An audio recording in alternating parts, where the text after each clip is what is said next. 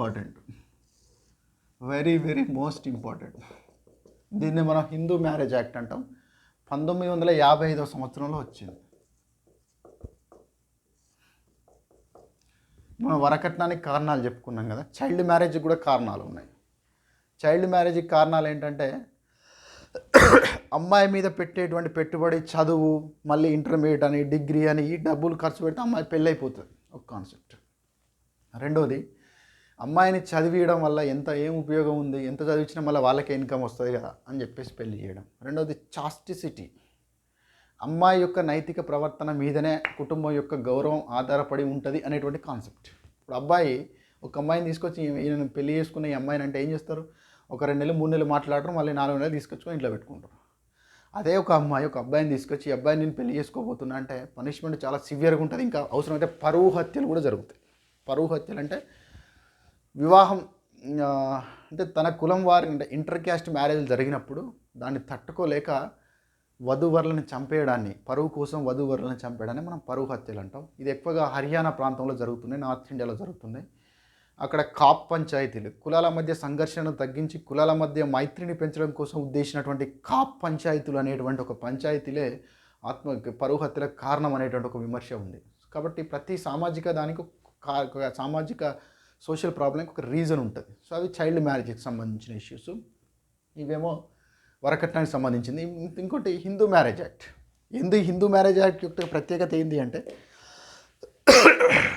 First thing, హిందువులలో ఉన్నటువంటి ఎక్స్క్లూజివ్గా హిందూ మతానికి సంబంధించి వచ్చినటువంటి చట్టం, హిందూ వివాహ వ్యవస్థలో ఉన్నటువంటి లోపాలను సవరించడానికి తీసుకొచ్చినటువంటి మొట్టమొదటి చట్టం ఏదైనా ఉందంటే హిందూ వివాహ చట్టం.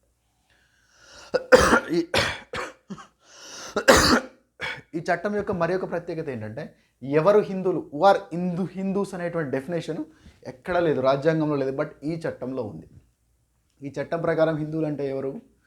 ఈ చట్టం ప్రకారం హిందువులు అంటే భారతదేశంలో ఇస్లాం పాటించేవారు, క్రిస్టియానిటీ పాటించేవారు, పార్సీ మతాన్ని, ఈ 3 మతాలు పాటించేవారు కాకుండా మిగతా వాళ్ళందరూ కూడా హిందువులే అనేటువంటి కోణంలో డెఫినేషన్ ఇచ్చారు. 3 ఎక్స్క్లూడెడ్, 1 ఇస్లాం, 2 క్రిస్టియన్స్, 3 పార్సీలు. ఈ 3 తప్ప సిక్కులు, జైనులు, బౌద్ధులు, దేవుని నమ్మని నాస్తికులు, వీళ్ళు కూడా హిందువుల కిందకే కౌంటు అనేటువంటి డెఫినేషన్ ఈ చట్టం తీసుకొచ్చింది.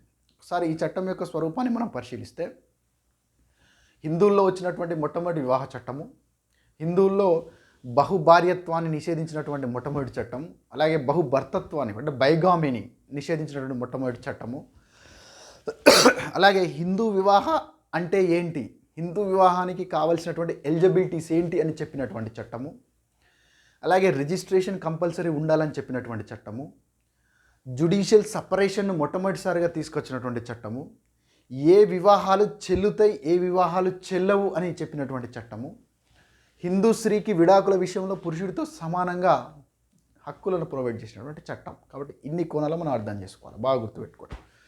ఈ చట్టాన్ని 1955 సంవత్సరంలో తీసుకొచ్చారు. 1955 సంవత్సరంలో తీసుకొచ్చారు, కానీ ఇది ఎప్పటి నుంచి అమల్లోకి వచ్చింది? 18 మే 1955 నుంచి అమల్లోకి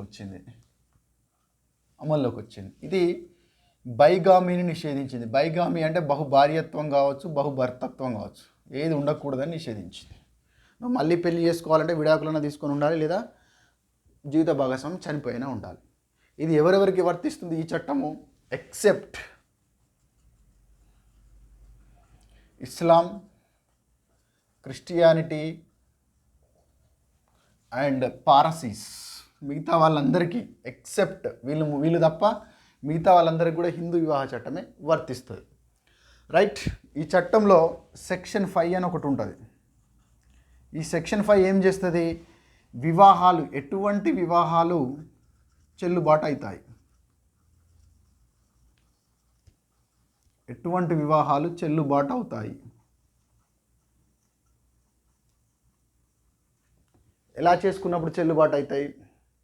1, ఇంతకుముందు వివాహం అయ్యి ఉండకూడదు,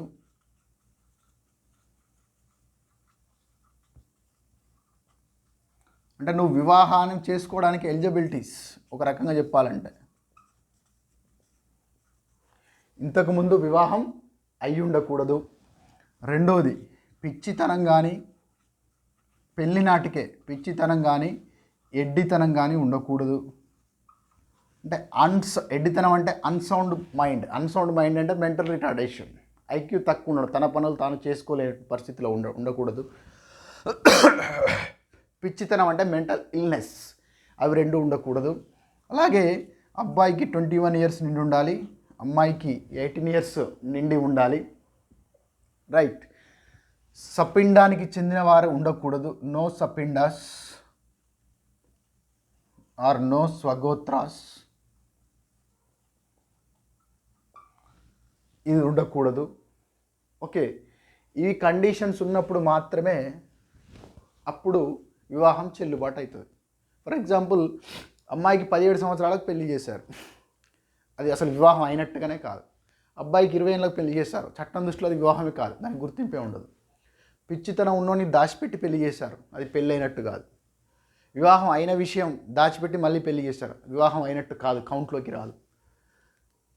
సపిండాస్ అంటే ఒకే వర్ణానికి ఒకే అంటే అన్నాదమ్ముళ్ళు అక్క చెల్లెలు ఒకే వంశానికి చెందిన వారి మధ్య, ఒకే ఇంటి పేరు ఉన్న వారి మధ్య వివాహం జరగకూడదు. ఒకవేళ జరిగితే అది వివాహం అయినట్టు కాదు, అసలు విడాకులు తీసుకోవాల్సిన అవసరం లేదు, అసలు వివాహమే కాదా బాబు అని చెప్తుంది.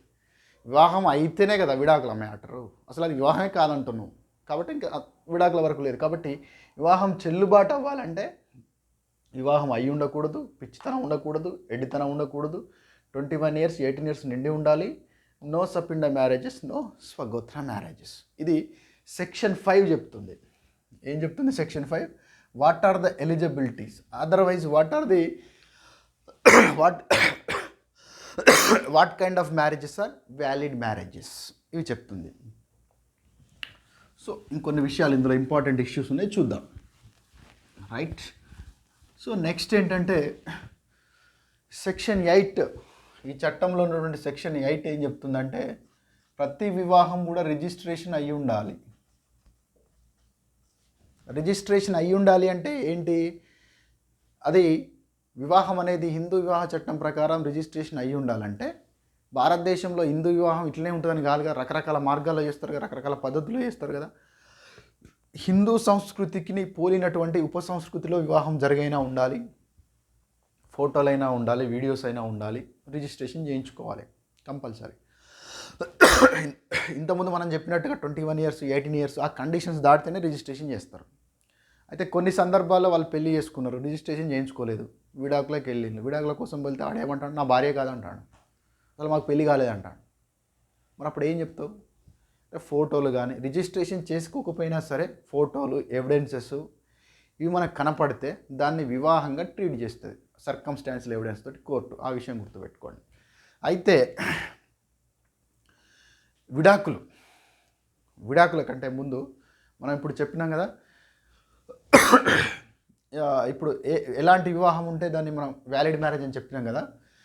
అయితే కొన్ని సందర్భాల్లో పురుషుడు కానీ స్త్రీ కానీ వాళ్ళలో రిప్రొడక్టివ్ ఎబిలిటీ లేకపోయినా పెళ్లి చేసినట్టయితే, రిప్రొడక్టివ్ ఎబిలిటీ ప్రత్యుత్పత్తి సామర్థ్యం లేకపోయినా పెళ్లి చేసినప్పుడు దాన్ని మనం ఇంపోటెన్సీ అంటాం, నపుంసకత్వం. ఆ నపుంసకత్వాన్ని దాచిపెట్టి పెళ్లి చేస్తే ఆ వివాహం చెల్లదు. అలాగే వివాహానికి ముందే ప్రెగ్నెంట్ అయ్యి ఉండి ఆ విషయాన్ని దాచిపెట్టి చేస్తే ఆ పెళ్లి చెల్లదు. సో అది బాగా గుర్తుపెట్టుకోండి.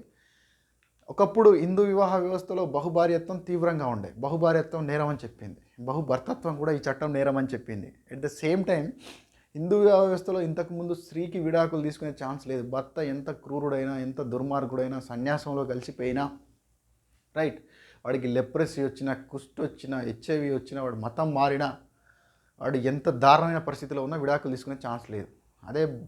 అది భార్యకి లేదు. అదే భర్తకి విడాకులు కాదు, ఆమె అట్లే ఉంటుంది, ఇంకొన్ని పెళ్లి చేసుకుంటాడు కదా.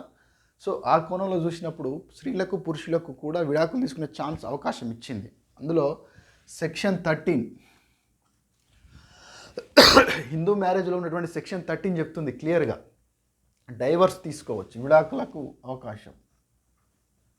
ఏ సందర్భంలో తీసుకోవచ్చు విడాకులు? కొన్ని సిచ్యువేషన్ చెప్పింది క్లియర్గా. ఒకటి, ఎక్స్ట్రా మ్యారిటల్ రిలేషన్స్, అక్రమ సంబంధాలు.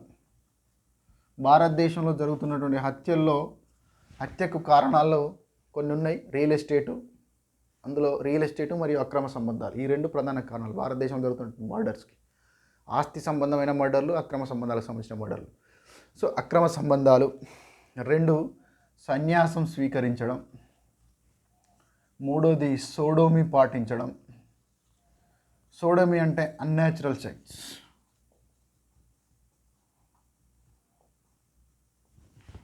అన్నేచురల్ సెక్స్ డిక్షనరీలో చూడండి, మీనింగ్ అర్థమైపోద్ది.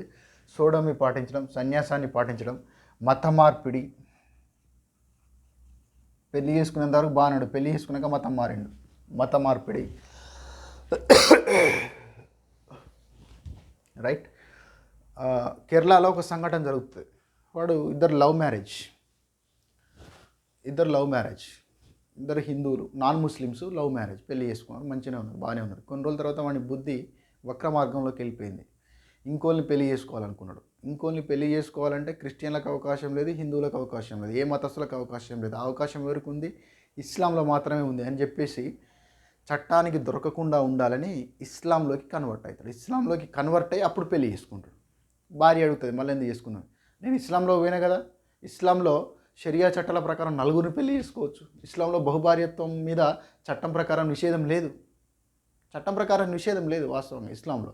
హిందూ మ్యారేజ్ యాక్ట్ కేవలం హిందువులకే వర్తిస్తుంది, ఇస్లాం వర్తించదు, క్రిస్టియన్కి వర్తించదు కదా అని చెప్పేసి తెలివిగా సమాధానం ఇస్తే అప్పుడు ఆమె హైకోర్టుకి వెళ్తే హైకోర్టు చెప్తుంది, నువ్వు పెళ్లి చేసుకోవడం కోసమనే మతం మారినావు కాబట్టి నిన్ను ఎక్స్క్యూజ్ చేసేదిలే అని చెప్పేసి వాడికి పనిష్మెంట్ ఇస్తుంది కదా.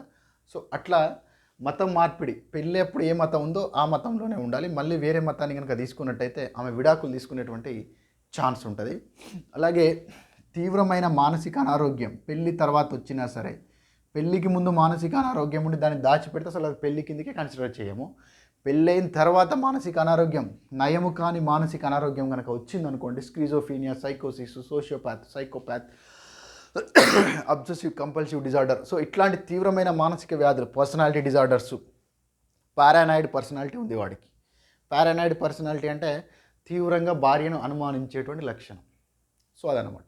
మెంటల్ ఇల్నెస్ వచ్చినప్పుడు, మత మార్పిడి జరిగినప్పుడు, సోడోమి విషయంలో, సన్యాసం, అక్రమ సంబంధాలు, తర్వాత severe illnesses like leprosy. Severe illnesses అనే పదం వాడలేదు. Leprosy, HIV and other STDs and STIs, human immuno virus కానీ, సెక్సువల్లీ ట్రాన్స్మిటెడ్ డిసీజెస్ కానీ, సెక్సువల్ ట్రాక్ట్ ఇన్ఫెక్షన్స్ అంటే లైంగిక వ్యాధులు మరి హెచ్ఐవి ఎయిడ్స్ వచ్చిన, లెప్రసీ అనేటువంటి వ్యాధి వచ్చినా వదిలిపెట్టచ్చు. తర్వాత 7 సంవత్సరాల పాటు కనిపించకుండా పోయిన, సివిల్ డెత్, వదిలేసి పోయిండు, అప్పుడు విడాకులు తీసుకోవచ్చు. మత మార్పిడైన విడాకులు తీసుకోవచ్చు. సన్యాసం, రెనౌన్సింగ్ ద వరల్డ్. ఇంకా ఇంట్రెస్టింగ్లీ రేప్ కేసు కింద పనిష్మెంట్ పడ్డదనుకో వాడికి, హాయిగా విడాకులు తీసుకోవచ్చు, దుర్మార్గుడు అని చెప్పేసి. ఇన్ని కోణాల్లో హిందూ వివాహ చట్టం ప్రత్యేకమైనది కాబట్టి ఈ విషయాలు గుర్తుపెట్టుకోండి. దీనికి అడిషనల్గా మనకి ఐపీసీలో 2 ఉంటాయి. 494 section 494, Indian penal code section 495. వీడు ఉన్నాడు ఒకడు దుర్మార్గుడు, ఫస్ట్ పెళ్లి చేసుకున్నాడు, ఈమె వైఫ్ 1, ఇంకోని పెళ్లి చేసుకున్నాడు, ఈమె వైఫ్ 2. ఈమెను పెళ్లి చేసుకున్నప్పుడు ఈ వైఫ్ ఉన్నదన్న విషయం ఈమెకు తెలియదు. ఈమెను పెళ్లి చేసుకున్నప్పుడు ఈమెకు చెప్పలేదు మళ్ళీ పెళ్లి చేసుకుంటాను. దాని అర్థమైంది, మొదటి భార్యకు ఉన్న విషయం చెప్పకుండా రెండో భార్యను పెళ్లి చేసుకున్నాడు. రెండో భార్యను పెళ్లి చేసుకునే విషయం మొదటి భార్యకు తెలియదు. ఇద్దరికి ద్రోహం చేస్తున్నాడు. ఇలా చేసినప్పుడు మొదటి భార్య కేసు పెడితే 7 సంవత్సరాలు జైలు శిక్ష, రెండో భార్య కేసు పెడితే 10 సంవత్సరాలు. అంటే దాని అర్థం ఏంది, భార్య బతికుండగానే ఇంకో భార్యను పెళ్లి చేసుకుంటే మొదటి భార్య వెళ్ళి కేసు పెడితే 7 సంవత్సరాలు పడుతుంది. ఇవి కొత్తగా వచ్చిన భార్య ఆల్రెడీ వివాహమైన విషయాన్ని దాచిపెట్టి ఈమెను మోసం చేసిండు కాబట్టి 10 years పనిష్మెంట్ పడుతుంది. అంటే మొదటి భార్య కేసు పెడితే 7 సంవత్సరాలు, రెండో భార్య కేసు పెడితే 10 సంవత్సరాల పనిష్మెంట్ మనకి కనబడుతుంది. అయితే హిందూ వివాహ చట్టం ప్రకారం ఎవరైనా నేరానికి పాల్పడితే, హిందూ వివాహ చట్టం ప్రకారం నేరం ఏంటి? బహుభార్యత్వాన్ని పాటించడం నేరం. వివాహం సమయానికి 18 సంవత్సరాలు 21 సంవత్సరాలు రాకముందే పెళ్లి చేస్తే నేరం. పిచ్చి వాళ్ళకి పెళ్లి చేస్తే నేరం. అన్సౌండ్నెస్ మైండ్ ఉంటే నేరం. సప్పిండీకుల మధ్య వివాహం జరిగితే నేరం. ఇట్లాంటి నేరాలకు పాల్పడే వారికి 15 రోజులే, కేవలం తక్కువ జైలు శిక్ష, 15 రోజులు జైలు శిక్ష ప్లస్ 1000 రూపాయలు ఫైన్ అంతే. కాకపోతే ఐపీసీలో మాత్రం అవి సీరియస్గా మనకు ఉంటాయి. సో ఇది హిందూ వివాహ చట్టం గురించి. ఇంకొక చట్టం ఈ మధ్య కాలంలో వచ్చింది, మోస్ట్ ఇంపార్టెంట్. అది కూడా హిందూ వివాహ చట్టం ద్వారా హిందూ మహిళకి ఎలాంటి రక్షణలు కలిగినాయో కొద్ది వరకు ట్రిపుల్ తలాక్ చట్టం ద్వారా కూడా ముస్లిం మహిళల హక్కులకు కొంచెం రక్షణ అనేది ఏర్పడింది. అందుకే ట్రిపుల్ తలాక్ చట్టం అని మనం పాపులర్గా పిలుస్తాం. యాక్చువల్గా ట్రిపుల్ తలాక్ చట్టం కాదది. ఆ చట్టం పేరు the Muslim women rights protection of rights on marriage act 2019. బాగా గుర్తుపెట్టుకోండి. The Muslim women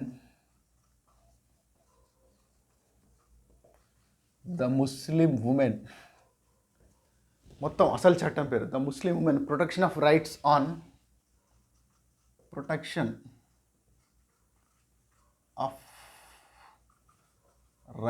on marriage act 2019లో వచ్చింది. దీన్ని మనం పాపులర్ ఏమని పిలుస్తాం? ట్రిపుల్ తలాక్ యాక్ట్ అని పిలుస్తాం. ట్రిపుల్ తలాక్ యాక్ట్ ట్రిపుల్ తలాక్ను నిషేధించినటువంటి చట్టం.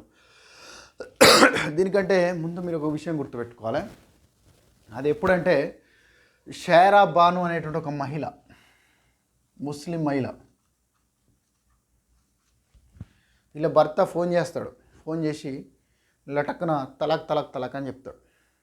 అరే ఇదేంది గడబిడ ఉందని చెప్పేసి ఆమె అడిగితే తలాక్ చెప్పినా కదా అని చెప్పేస్తాడు. అప్పుడు ఆమె ఏం చేస్తుంది? సుప్రీంకోర్టుకి వెళ్తుంది. ఎవరు? షేరా బాను. సుప్రీంకోర్టుకి వెళ్ళినప్పుడు సుప్రీంకోర్టు ఏం చెప్తుంది అంటే సుప్రీంకోర్టు 2 ఆగస్టు 2017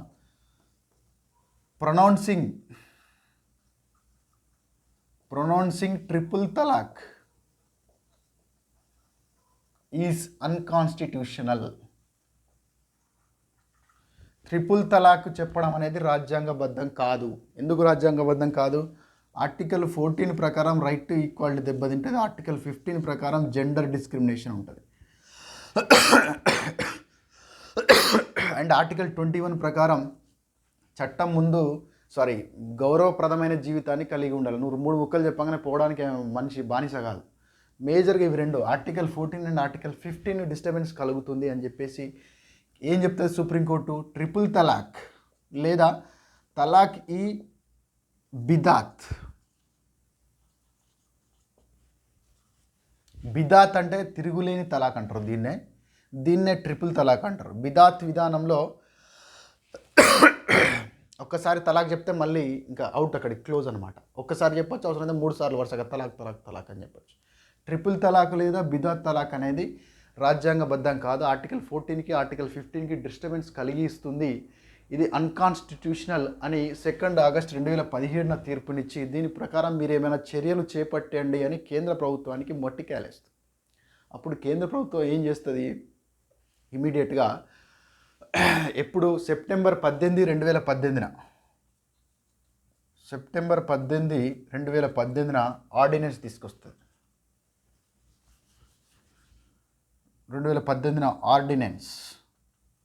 అప్పుడు లోక్సభ రాజ్యసభ సమావేశంలో లేవు కాబట్టి ప్రెసిడెంట్ ఆఫ్ ఇండియా ఆర్డినెన్స్ తీసుకొస్తాడు. తర్వాత సెకండ్ ఆర్డినెన్స్ కూడా తీసుకొస్తారు.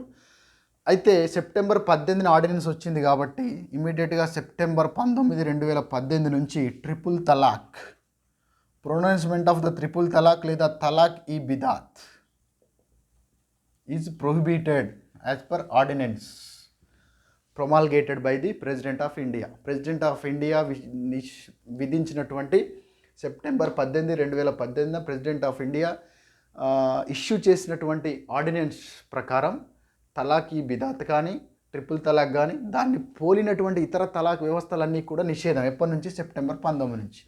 అది ఆర్డినెన్స్ కదా, 6 నెలలు మాత్రమే అమల్లో ఉంటుంది. తర్వాత ఆ లోపు దాన్ని చట్టంగా మార్చాలి. ఫస్ట్ ఆర్డినెన్స్ అయిన తర్వాత సెకండ్ ఆర్డినెన్స్ కూడా తీసుకొస్తారు. చివరికి 2019లో ఈ చట్టం తీసుకొస్తారు. కానీ చట్టం 2019లో వచ్చింది, కానీ 2018లోనే ఆర్డినెన్స్ ద్వారా నిషేధించారు. అది సెప్టెంబర్ 19 నుంచి నిషేధంలోకి వచ్చింది. సెప్టెంబర్ 19, 2018 నుంచి నిషేధంలోకి వచ్చింది.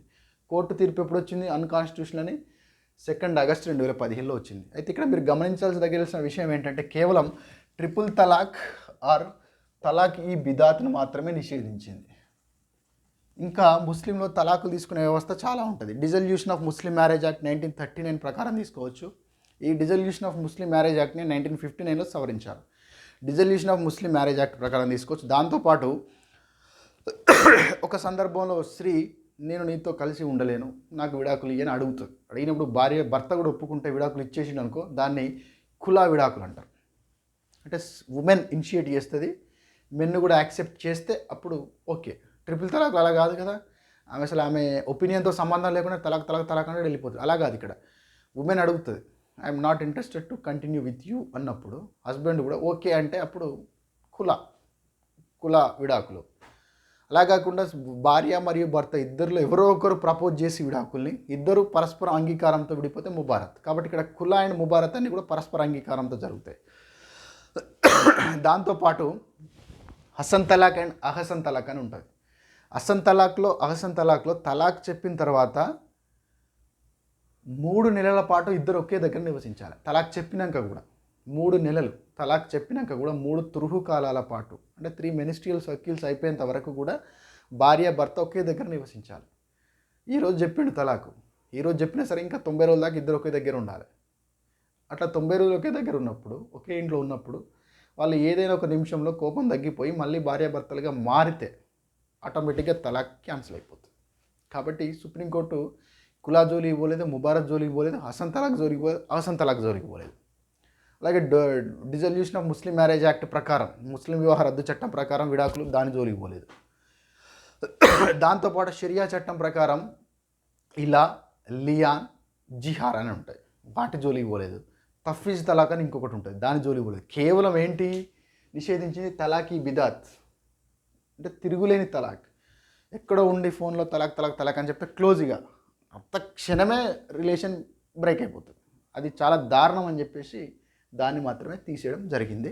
ఈ విషయాన్ని దృష్టిలో పెట్టుకోవాలి. అయితే ఏమొచ్చినాయి ఇక్కడ, ఏమన్నాడు ఒక చట్టంలో, the Muslim women protection of rights on marriage అన్నాడు. అంటే తలాకు నేరము అని చెప్తుంది కదా. అంటే ఈ చట్టం ఎప్పుడు వచ్చిందని మాత్రమే చెప్పాను. అయితే ఇందులో ఏం హక్కులు వచ్చినాయి ఆమెకు అని చూసినప్పుడు, ఒకటి ట్రిపుల్ తలాక్ నేరం. ఓకే, ట్రిపుల్ తలాక్ నేరం అని చెప్తుంది. ట్రిపుల్ తలాక్ అనేది నేరము అని సెక్షన్ 3 ఇది ఒక నేరము అని చెప్తుంది, అఫెన్స్. ఈ నేరానికి ఎవరైనా పాల్పడితే 3 సంవత్సరాలు పనిష్మెంట్, గుర్తుపెట్టుకోండి, ప్లస్ ఫైన్. ట్రిపుల్ తలాక్ ఉచ్చరిస్తే 3 సంవత్సరాలు పనిష్మెంట్, 3 సంవత్సరాలు జైలు శిక్ష మరియు ఫైన్ ఉంటుంది. At the same time section 5 ప్రకారం, ఈ సెక్షన్స్ మీరు తర్వాత సెక్షన్లో కూడా వదిలిపెట్టండి, ఇది గుర్తుపెట్టుకోండి. ఇది గుర్తుకున్నాక సెక్షన్ల వరకు రండి, ముందైతే ఇది గుర్తుపెట్టుకోండి. అఫెన్స్ నేరం, 3 సంవత్సరాలు జైలు శిక్ష మరియు ఫైన్. దాంతోపాటు ఆ మహిళకు అలవెన్స్ కూడా ఇవ్వాలి సెక్షన్ 5 ప్రకారం. అంటే మెయింటెనెన్స్ ఖర్చులు ఇవ్వాలి, అలవెన్స్ ఇవ్వాలి. అలాగే సెక్షన్ 6 ప్రకారం ఎవరైనా వాళ్ళిద్దరి మధ్య చిన్నపిల్లలు ఉన్నారనుకోండి, 18 సంవత్సరాల పిల్లలు ఉంటే ఇది మహిళా కస్టడీలో మాత్రమే ఉంటారు, వైఫ్కి కస్టడీ. సెక్షన్స్ వదిలిపెట్టండి, గోల అయింది సెక్షన్స్ గోల. ఇది చాలు, నేరం. ఆ నేరానికి పనిష్మెంట్ 3 సంవత్సరాలు ఫైను.